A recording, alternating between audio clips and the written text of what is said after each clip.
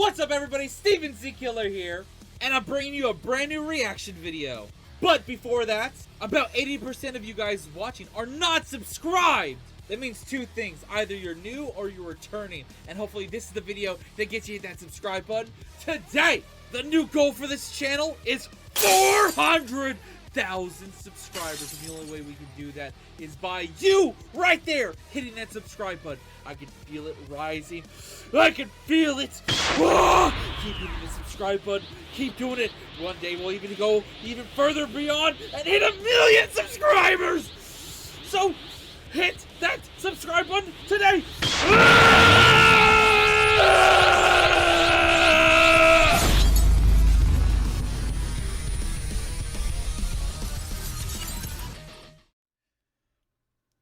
What's up everybody, Steven Z Killer here bringing another reaction, and today we're checking out some game theory. Now, apparently we've solved Golden Freddy again.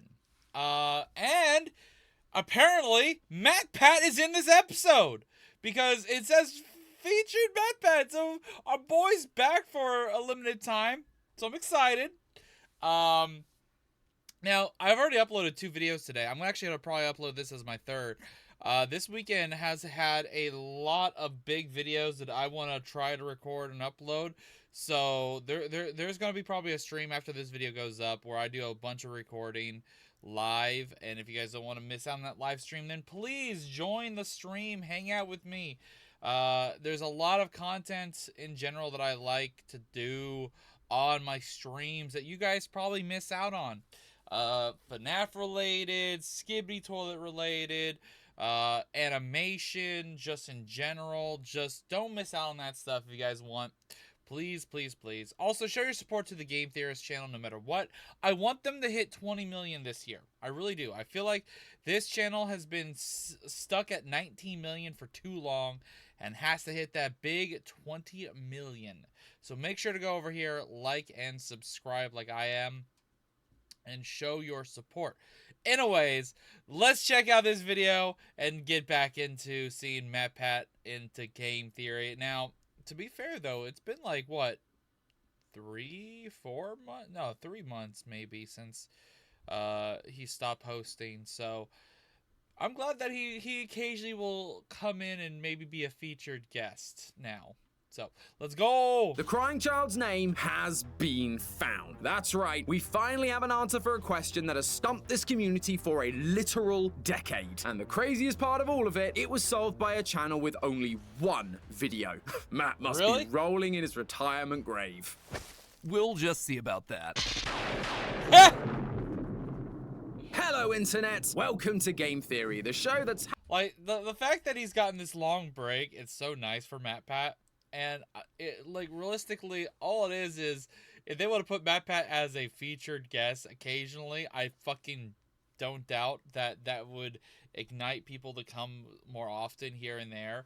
But at the same time, I just love the little trickle of stuff. So hopefully we get a little bit more than just that. Happy to let someone else solve FNAF for a change. Since the release of Security Breach, it feels like there's been a massive new wave of FNAF theorizing on YouTube. We've seen the rise of people like John FNAF, Rye Toast, ID's Fantasy, and dozens more. All I think I've actually, except for this one, I think I've actually reacted to a few of these 2 reactions in the past, and these other ones I don't recognize, but I know for a fact I've seen these 2 pop up on my feed, and I think I've reacted to some of their theories in the past. Joining us in the good fight to try and solve the infuriating lore of this franchise. And just over a month ago, a new challenger, or should I say challengers, entered the ring. The channel Dual Process Theory. And they went big for their first outing, making the claim that they'd solved the entirety of FNAF in their very first video. And not only were they laying down a timeline for the whole series, they also claimed to have solved a particular mystery that has been bugging us theorists for a long time. What is the name of the crying child? After nearly 10 years, we still just call him the crying child, despite the fact that every other character in this franchise seems to get a name. Mike, Elizabeth, Charlie, even the missing children got names. So why is this kid's name left blank? Well, according to Dual Process Theory, it's not that he doesn't have a name, it's that we just missed it. We've had the name all along, we've just been giving it to someone else. They suggest that the crying child's name is Cassidy, the name we found all the way back in the word search of the survival logbook. The same same name that, for the longest time, we have given to the vengeful spirit from Ultimate Custom Night, the one Afton should not have killed. Not only that, but they claim that the child we thought was Cassidy doesn't even exist. For years, we've assumed that there are 7 dead kids, 5 missing children's incident victims, including Cassidy, Charlotte Emily the puppet, and the nameless crying child. But instead, they claim that there have only ever been 6, with the final missing kid and the bite victim being one in the same, Cassidy Afton. It's a bold claim, but when you get into the That's interesting, but would make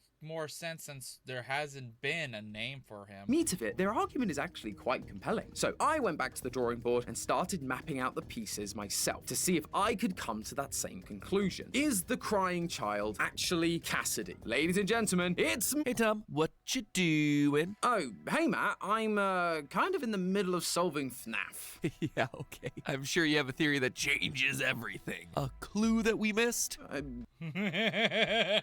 Kinda, yeah. Perfect. Well, before you fire up the old Golden Freddy thumbnail and then slap a dark truth on that, I've got another puzzle for you to solve. Lore-fi. It's The lore!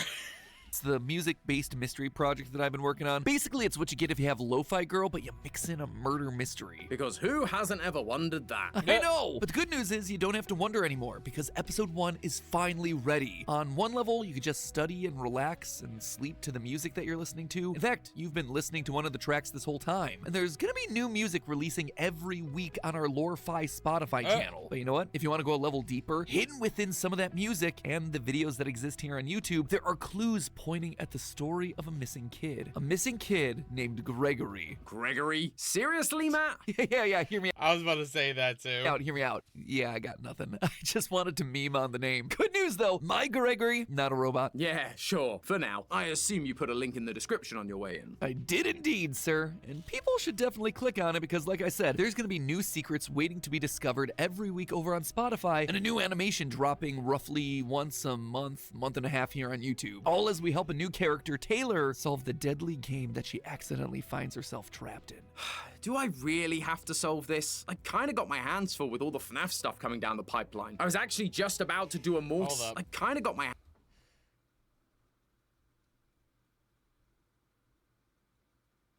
Oh, wow. hands full with all the FNAF stuff coming down. Yeah, Into the Pit releases August 8th. I gotta also be prepared because I do want to do... I know the 10-year anniversary for FNAF is around the corner. It's not that far. It's like less than a month away. So there's going to be a lot of FNAF content coming guys' way. The pipeline. I was actually just about to do a Morty on dual process theory. Oh, I remember that one. It's a great video. But you do realize the M in Morty stands for MatPat, right? MatPat occasionally reviews theories, yo. Huh, didn't think about that. Say, Matt, I know you're kind of retired and everything, but seeing how dual process theory's video was a 2-person effort and you're already here, how'd you like to tag team this FNAF theory? I mean, it's a little cramped in the recording closet with the two of us, but sure, why Sure, you guys are in a closet. not? Awesome, and now I don't have to change the theme song. Hit it, Yossi! Leave your theories in the comments below. I'll pick my favorites in the next episode of Morty. First things first, it's probably a good idea that we recap the main evidence points dual process theory has for the crying child being Cassidy. Their video is nearly 2 hours long after all. Who Holy fuck! has that much time? Well, except for you, considering you took over 4 hours to react to it. Look, I'm retired now. I've got nothing but Jesus. Do you guys want me to react to that whole 2-hour video?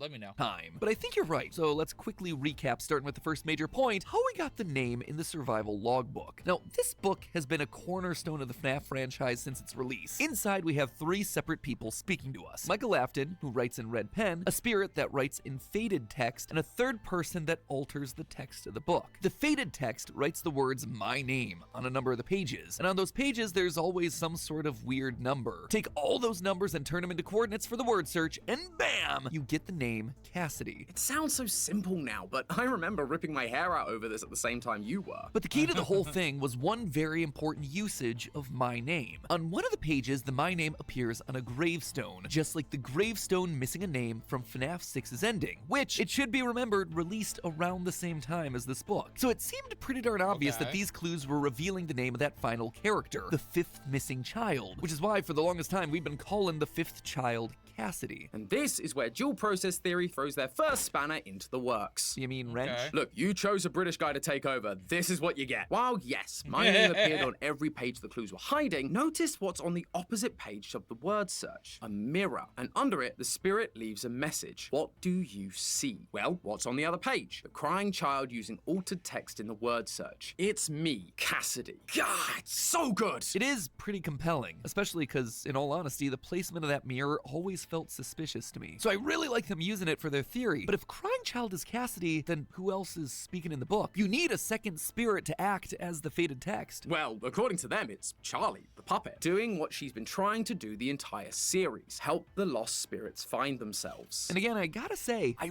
really like that. Narratively, that's really satisfying because it brings together the three main characters from the franchise all in the same place. Mike with his red pen, crying child Cassidy as the altered text, and Charlie guiding the conversation as the ghostly faded text. It's cool and it feels complete, but is there actual evidence to support this, or is it all hypothesis? And that's not all. Dual process theory weren't just satisfied with crying child having Cassidy's name, they went further to suggest that the crying child is Cassidy, as in Cassidy is an Afton, and the fifth missing child on the gravestone, and the spirit within Golden Freddy, the only spirit inside a Golden Freddy, as opposed to most of our theories where the crying child is one half of our best golden boy. They also have the evidence to back it up. The first point is that Golden Freddy doesn't speak in plurals. When you take a look at the one line we ever get from Golden Freddy, what do we see? It's me, singular, implying that there's only one spirit in there. Compare that to what we see in the books. Throughout the series, there have only been 2 instances of animatronics possessed by multiple people. The first is the Stitch Wraith from the Fazbear Frights epilogues. The second is Rosie Porkchop from the Fazbear Frights story Together Forever. And Rosie Porkchop? Okay, I know about the Stitch Wraith because that's been brought up before. But I never knew about Rosie Porkchop. What the fuck?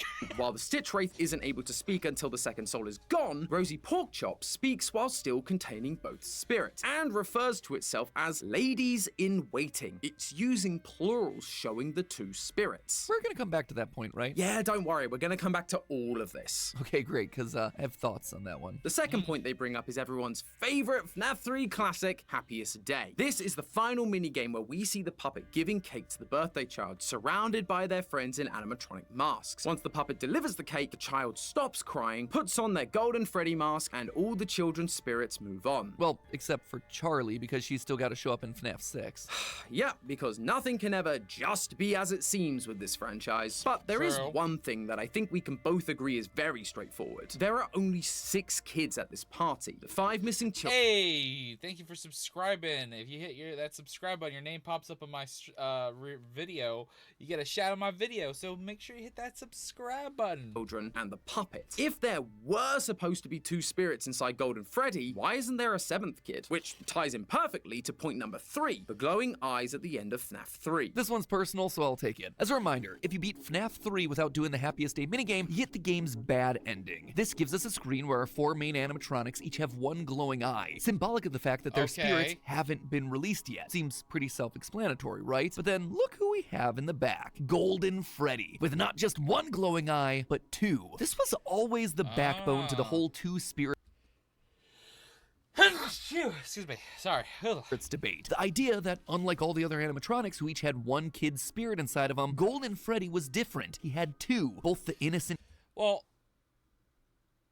the only thing I'm going to say against this is the light in each eye is showing a little bit in the other, like especially for Freddy over here, the glow. Like, look at the orb around each eye. It's still just one. This is just a lighting effect. I don't think that would be another soul there. It'd have to have another light source as bright as this one. This just looks like an extension of the light source, not another one. I'm going to say, yeah, no, this makes sense that it's only one soul. I would not have thought this was 2. Because, yeah, Foxy having an eye patch, you can't really see it. But Chica, you can see there's some light right there. Bonnie, you can see there's some light right there.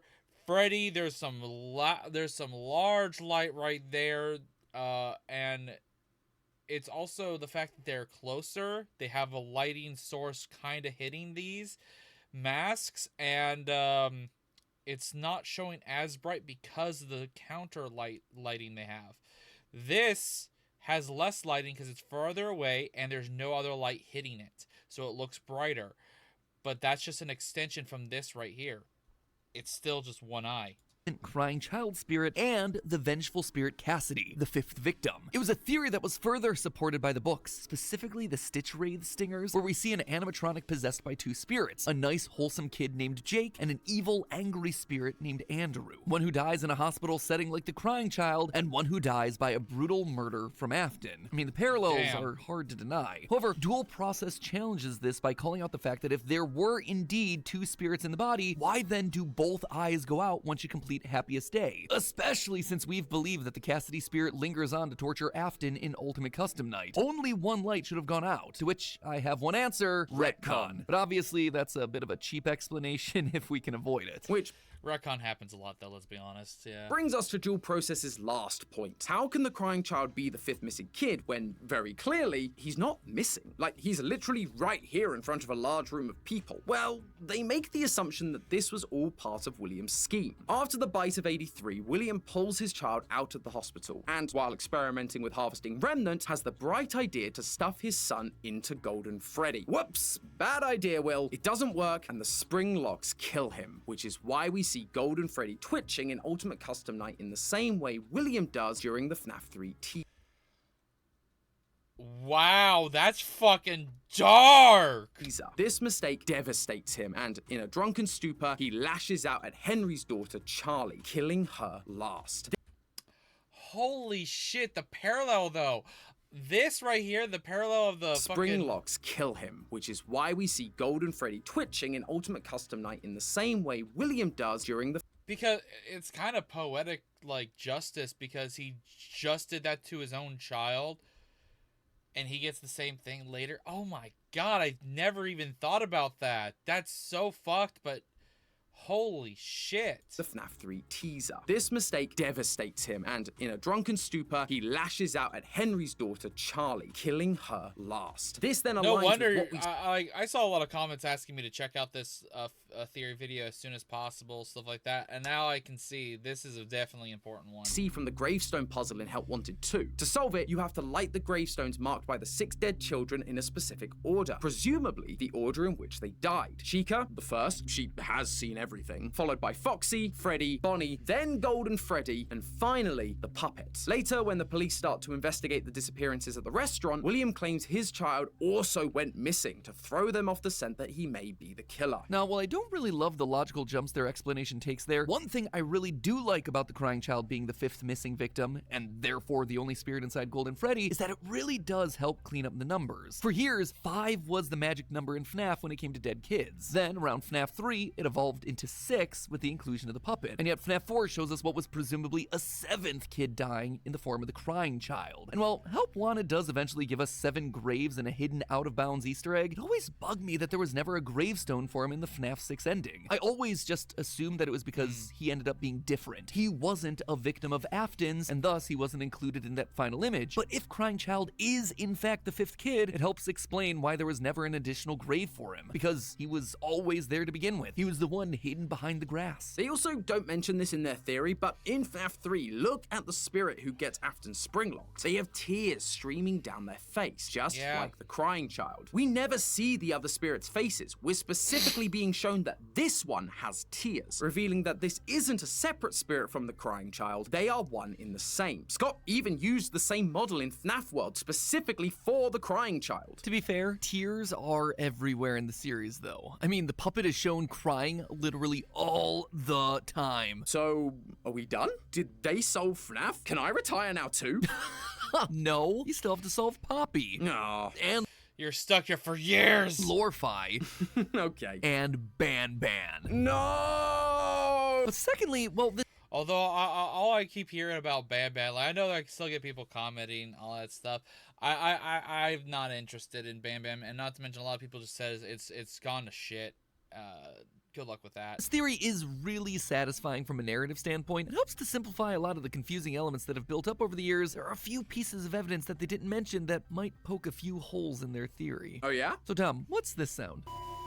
It's a flatline. And when does a flatline happen? Well, a flatline is typically shorthand to show that someone has died, usually in a hospital. Exactly. And during FNAF 4, we see things like IV bags, pills, and flowers surrounding the bed. All things that you would see in a hospital. Crying Child was in the hospital for his injuries, and then we hear a flatline right after Afton says that he's gonna put his son back together. Afton leaves, represented by psychic friend Fredbear fading away, which then leaves Crying Child alone in the dark. He's lost in the darkness. He's dead. He's alone. Everything about this cutscene seems to be suggesting that he died in this hospital. Could you potentially make the argument that William pulled his son off of life support in the hospital and brought him back to an underground bunker where he's gonna do experiments on him until he's able to bring him back to life? And that's why we hear a flatline here? Sure, you could make that argument, but it feels really overcomplicated just for the sake of your theory. And even still, if he I can see where Matt's going with that, but at the same time, we're talking about FNAF.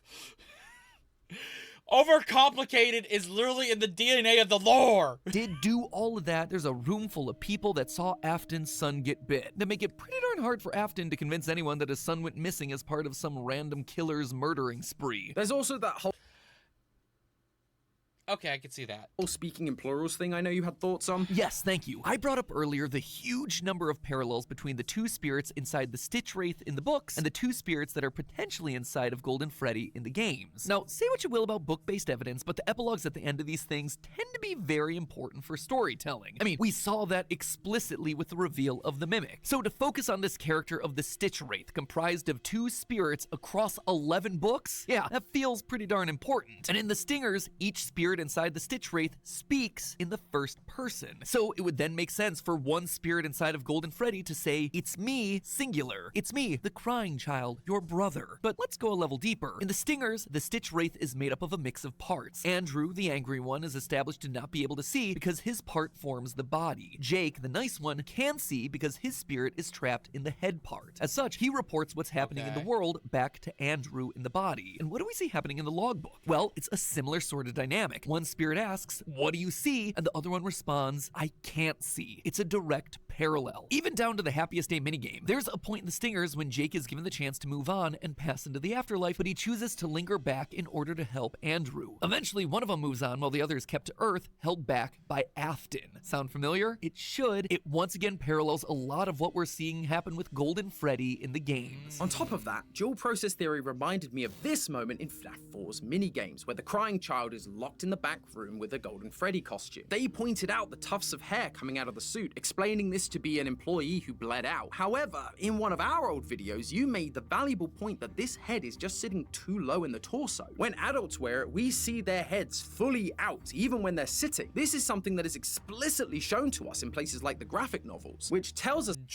then that the person in the suit here, it's gotta be a child. Again, we see this in the books. In Fazbear Frights, we have scenes where kids reach into the Golden Freddy suit and see black curly hair sitting inside. This is a dead kid that we know was put inside of Golden Freddy. Presumably, this should be the fifth missing child. This is why Crying Child's Fredbear plushie tells him, "Remember what you saw." He has literally seen the deaths of other kids. Huh. You ever thought that maybe that's the answer? What do you mean? Well, is it possible that this story is actually way simpler than we, the FNAF community, have made it out to be? I mean, look at the scene. Like, really look at the scene. It is pretty darn self-explanatory. A kid is locked in the storage closet and literal tufts of hair are sticking out of the suit. I remember when I first saw this scene, I overthought this thing to death, assuming that it had to be more than just hair sticking out of the suit. Maybe they were wires or tufts of suit hair or something like that, because this was 1983, and by all accounts, it was the first location. It was Fredbear's Family Diner, the beginning of the timeline. The missing children's incident didn't happen here. It was at Freddy Fazbear's Pizza. Clearly, these brown pixels had to represent something else. But in retrospect, the scene is pretty explicit. There's a kid dead in this suit. Done, cut and dry. Remember what you saw? You saw a dead kid. We, as theorists, are so often desperate to search for narrative satisfaction. We bend over backwards to try and justify timelines where Afton is killing kids because of Elizabeth's death, or because he's trying to put his son back together and he wants to run experiments to harvest remnant from other kids. But what if he's just a weird, sick dude who just started killing kids one day? No overcomplicated backstory required. I didn't get to talk about this before leaving the channel, but in Help Wanted 2, if you light the final gravestones in a very specific order, you unlock a huge lore clue in the form of the Bonnie mask. This is the moment that basically confirms that we're playing the game as Bonnie Bro. But the order of the gravestones, it feels very intentional. They explicitly give us an order of events. Chica first, then Foxy, Freddy, Bonnie, Golden Freddy fifth, Puppet last. It was really confusing because Charlie dying last didn't make any sort of sense. What about this? A wound first inflicted on me. And yet this gravestone evidence is what the games are telling us. It's also kind of what we're seeing in FNAF 4. If that tuft of hair is to be believed, and really, why wouldn't we believe it, that gravestone timeline could probably be right. Afton was just killing kids because he could. He was a deranged serial killer. Man, retirement really has taken a toll on you. But I also think I see where you're going with this. Crying Child witnesses the dead kids in the suits and then gets bit by Fredbear on the day of his party. Afton would be devastated by this, promising to put his son back together. He'd be furious at his business partner Henry because it was his engineering that did this to his boy.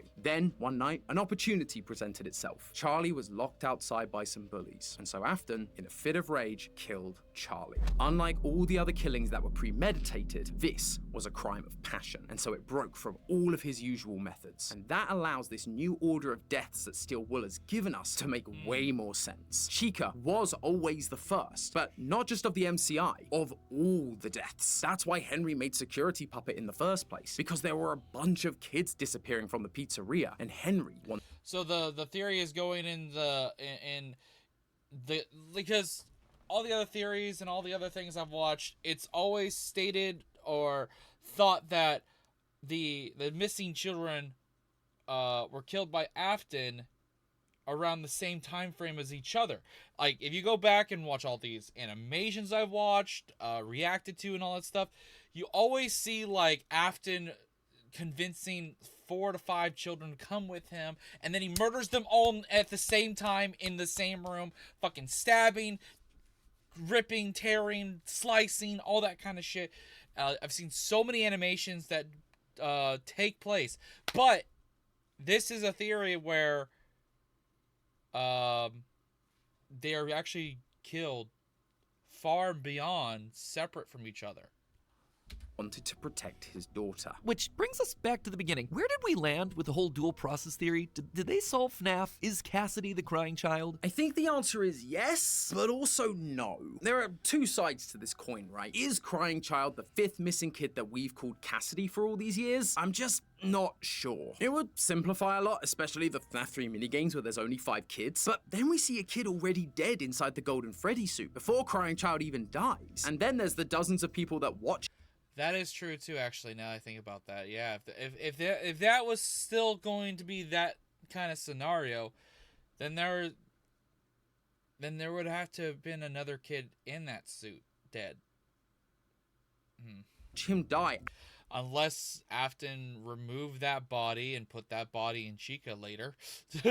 And Flatline at the end of FNAF 4, which would make it hard for him to be considered missing, let alone considered one of the missing children specifically. It's true. As much as I like it from a narrative standpoint, there's just as much evidence against it as it is supporting it. It's just like a good balance of, like, the lore and the theories and logic just headbutting each other perfectly. Typical FNAF, you know? Well, not completely, because there's the second side of this question. Sure, Crying Child might not be the 5th missing child, but based on what dual process theory presented, I think they might be right that Crying Child's name is Cassidy. William Afton, a deranged serial killer hiding in plain sight, until one day his son Michael decided to play a prank that would kill his youngest son, Cassidy Afton. It has a nice ring to it, I've got to admit. Maybe, and I definitely see it. It's just a frustrating catch-22, you know? We either get to have the Crying Child's name, and in the process we lose the established 5th missing kid name, or Cassidy is the 5th missing kid, and Crying Child remains as nameless as he ever was. was. I mean, the answer's gotta be in here somewhere, surely. The altered text opposite the mirror returns the spirit's questions with, who are you? What's your name? And with Cassidy not being the 5th missing kid, that leaves the my name gravestone clue wide open. Honestly, my money's on the Foxy grid. We never did solve it, and there's ghostly text written at the start. Maybe we should take another look.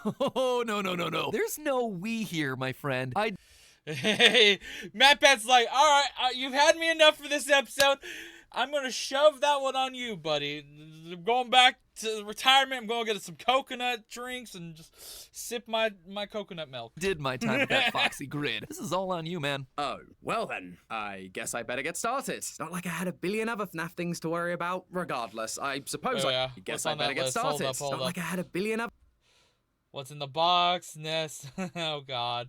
The purple guy is dead. Balloon. Oh, yeah. FNAF things to worry about. Regardless, I suppose I should thank you for helping me out with this episode, Matt. I know Lawfire has kept you pretty busy. Oh yeah, Lorefy. Nearly forgot that I was on here to promote that. Just got so caught up in the FNAF discussion. Anyway, I should probably get back to working on that. The team and I have worked really hard to make this project as great as it can be. This was And actually episode really 1 good, just though. launched But today at the same here on time, YouTube. we didn't So get, if you're in... like, we don't have a full-on answer or anything. This is just an interesting, like, concept. And I am actually intrigued in checking out that 2-hour video.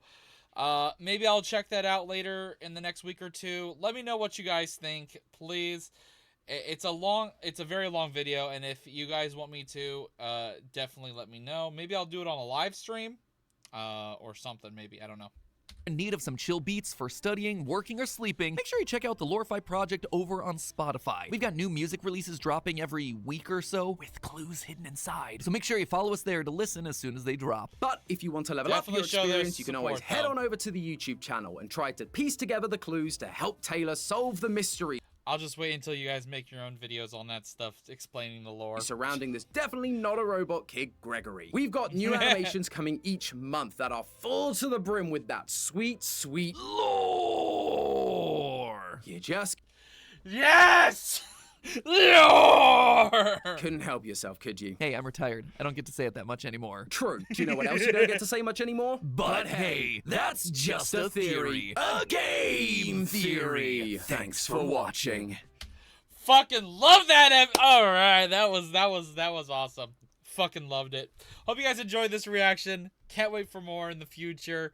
More lore, more theories, all that kind of stuff, and hopefully we do get MatPat to trickle in every so often. Not like ever. Like, I'll be honest, I don't think we're gonna get MatPat to show up like anytime that they do a FNAF video.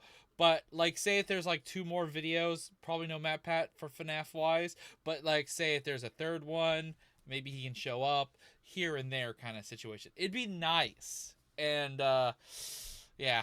MatPat, we miss you, but I hope you're having a great retirement. And I know you're still working a ton behind the scenes. Knowing you are workaholic.